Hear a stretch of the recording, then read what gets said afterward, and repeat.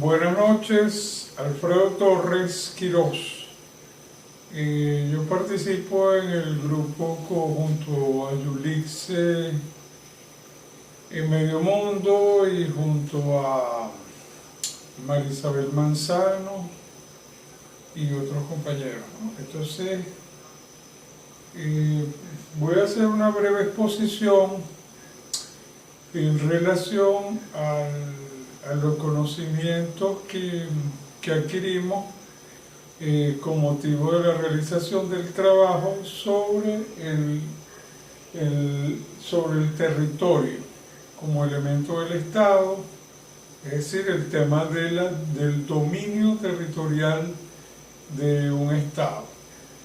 El temario en específico comprende primero el concepto y especialidad del territorio de un Estado.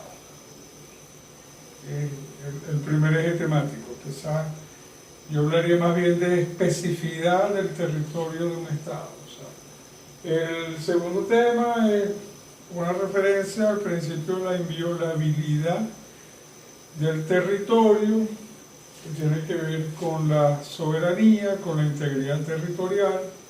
Son conceptos muy similares, o otra forma de decir las cosas, ¿no? Luego nos ocuparemos de los elementos, abordar algunos de los elementos del territorio de un Estado. Referir que hay unos modos especiales de adquirir la titularidad territorial y por acá está un tema que no sé si nos tocaba, hay algunas dudas sobre la neutralización y desmilitarización de los territorios y las zonas libres de energía atómica. De todas maneras, vamos a hacer una breve referencia. En videos anteriores creo que me había extendido mucho. Ya este tema ese trabajo se realizó hace tiempo. Quiero pedirle al profesor presentarle mis disculpas por la demora que he tenido en la realización del video, pero se han presentado algunos problemas y estas semanas no han sido muy fáciles. Bueno, aquí estamos, sobre un concepto de especificidad del territorio de un Estado. Uno pudiera decir que el territorio de un Estado es la porción de la superficie terrestre, que comprende tanto la parte continental como la parte marítima y las diferentes expresiones del dominio territorial de un país, y que están referidos que están delimitados por una frontera y que corresponden a una nación, a un país, de acuerdo, y que como tal está reconocido por la comunidad internacional y por el derecho interno. ¿Cuál es la especificidad del territorio de un Estado? O sea, el territorio de un Estado es un tema muy importante que lo abordamos en lo que es teoría del Estado, en derecho constitucional, en derecho internacional público, las ciencias sociales se ocupan del tema del territorio de un Estado porque es básico, porque implica los límites al ejercicio de la soberanía de un país y esa soberanía y ese respeto que necesita ese territorio va a incidir en las relaciones del país dueño de ese territorio o que ejerce la jurisdicción sobre ese territorio y las relaciones internacionales. Acá quisiera hacer referencia que en la Constitución de la República Bolivariana de Venezuela utilizamos la categoría técnico-jurídica espacio geográfico. ¿Okay? ¿Cuándo nos vamos a referir al territorio.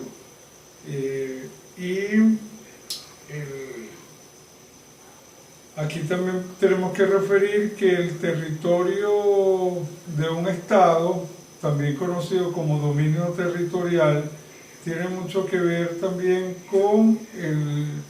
con la dominialidad, o de manialidad, que son conceptos que tienen que ver con los bienes públicos y que de alguna manera están disciplinados en el Código Civil, en la Ley de Bienes Públicos, que también la Ley Orgánica de Bienes Públicos también toca un poco sobre lo que es el dominio público y el dominio privado del Estado. Y también toca varios de esos, de los mismos elementos del territorio, pero quizás desde otra perspectiva, de la perspectiva del derecho civil. El tema es muy importante, es apenas lo que hemos hecho nosotros, es una aproximación al tema del dominio territorial del Estado. Y una de las consecuencias del territorio como concepto y como realidad jurídica de derecho internacional público es el principio de la inviolabilidad del territorio de un Estado. Ese principio de inviolabilidad, el territorio de un Estado debe ser respetado, es inviolable, es inherente a la soberanía de un país. Hablamos de integridad territorial y en las diferentes fuentes del derecho internacional público vamos a encontrar el reconocimiento a este principio, como pudiera ser el artículo 2 de la Carta de la Organización de Estados Americanos, los documentos constitutivos de la Organización de las Naciones Unidas, y lo encontramos en varios tratados. En América Latina, el antiguo tratado, que es de mitad del siglo pasado, que se llama el Tratado Interamericano de Asistencia Recíproca, que fue invocado en su momento cuando la Guerra de las Malvinas, a comienzos de los años 80, aunque no fue puesto del todo no fue activado del todo ese convenio, debido al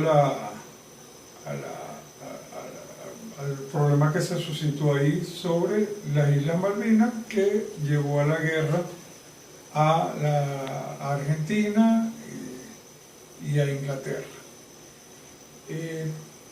En cuanto a los elementos del territorio de un Estado, podemos identificar algunos de esos elementos.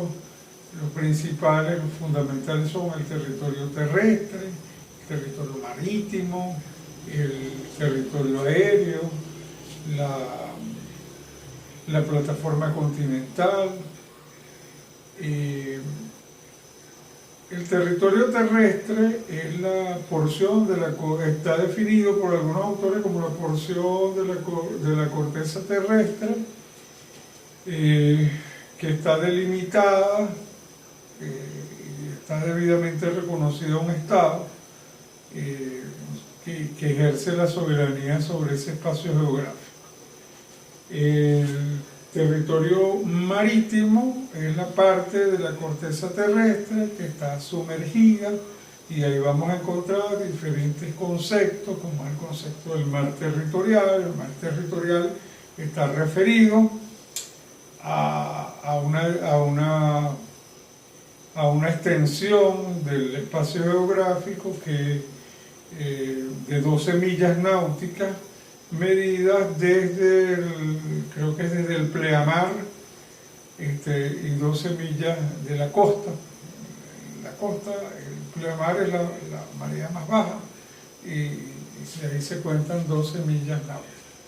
Después hay otros conceptos que tienen que ver con el dominio marítimo, que es el concepto de la zona económica exclusiva, de la zona económica exclusiva de 20 millas, sobre los cuales el Estado ejerce o sea, tiene derecho a la explotación de los recursos naturales. Voy a referirme también a la plataforma continental. La plataforma continental va a ser aquella parte. La plataforma continental se mide hasta los 200 metros de profundidad, ¿okay? Es decir, el tener una fachada costera va a implicar para un estado que se llama ribereño, porque hablamos también hay estados ribereños y hay estados mediterráneos. Los estados ribereños son los que limitan con el mar, los que tienen salida al mar. Y los estados mediterráneos son los que no tienen costa. El caso, por ejemplo, de Bolivia, que perdió su salida al mar en la guerra con Chile. Todos estos conceptos del derecho del dominio marino de un estado están disciplinados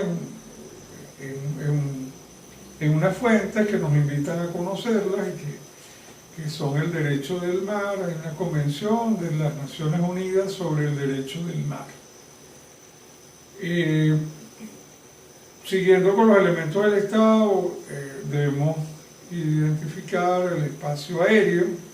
El espacio aéreo es aquel espacio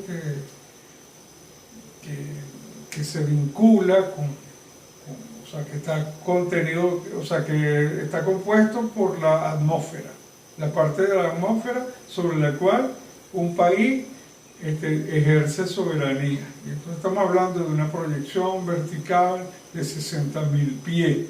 Es muy importante porque muchos de los conflictos que se dan en las relaciones internacionales se vinculan a violaciones del espacio aéreo, generalmente por naves militares que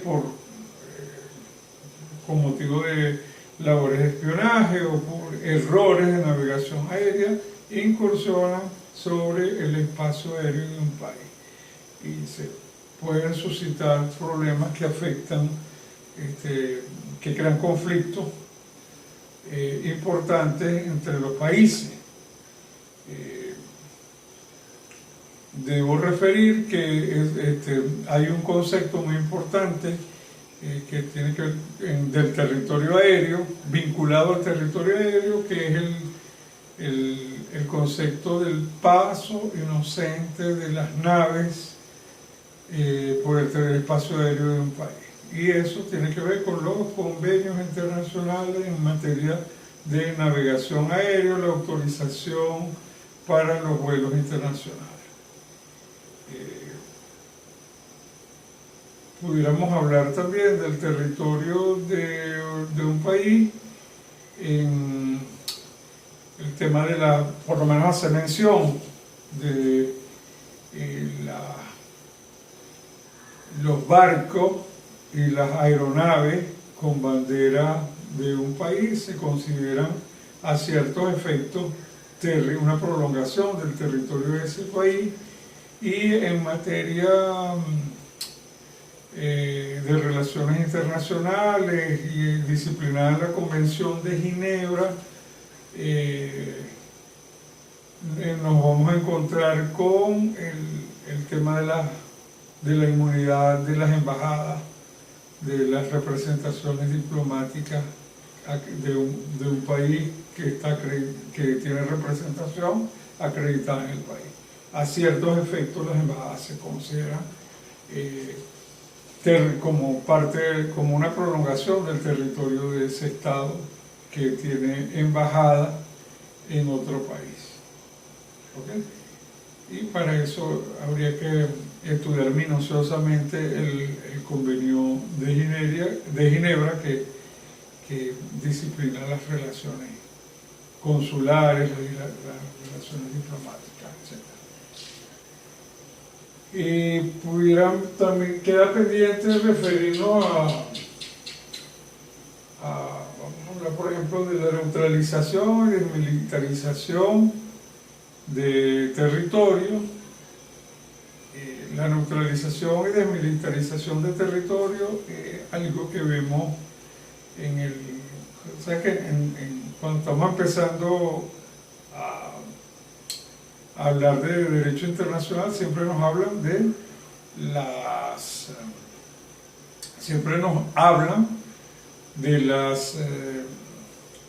de este tema de la guerra y la paz.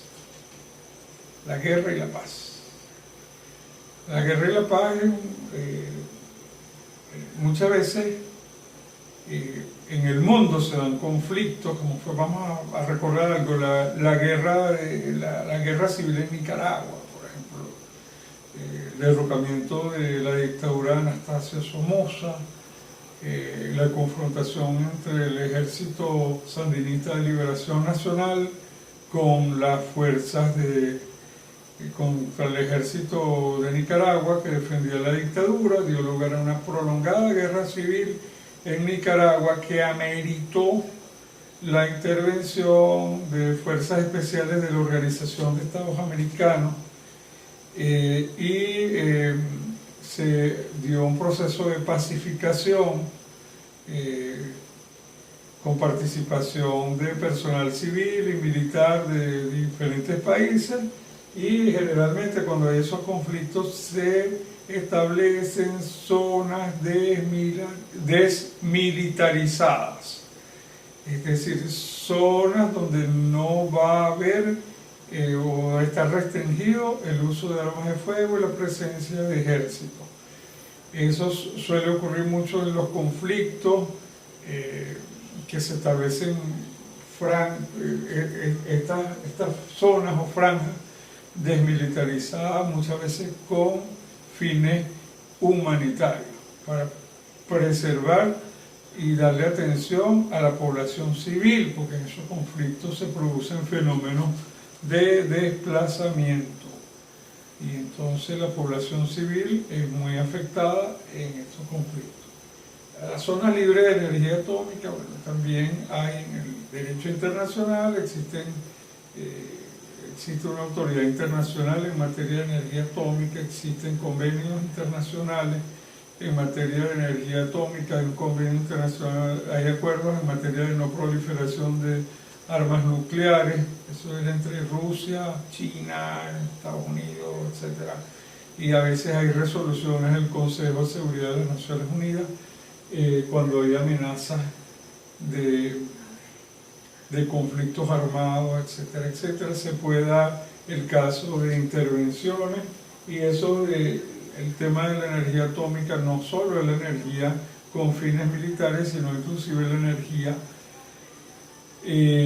con fines de producción de energía. Entonces, todo eso está regulado y la comunidad internacional puede establecer zonas o franjas libre de energía atómica que pueden ser resultados de convenios generales o de convenios entre países como partes sobre todo de esos acuerdos de no proliferación de armas nucleares. Estos temas son de verdad muy interesantes. Poco el tiempo disponible, quiero agradecerle nuevamente la atención al profesor y tratar de que pueda tomar en cuenta la exposición para los fines de la evaluación, que sé que la estoy entregando bastante fuera del lapso.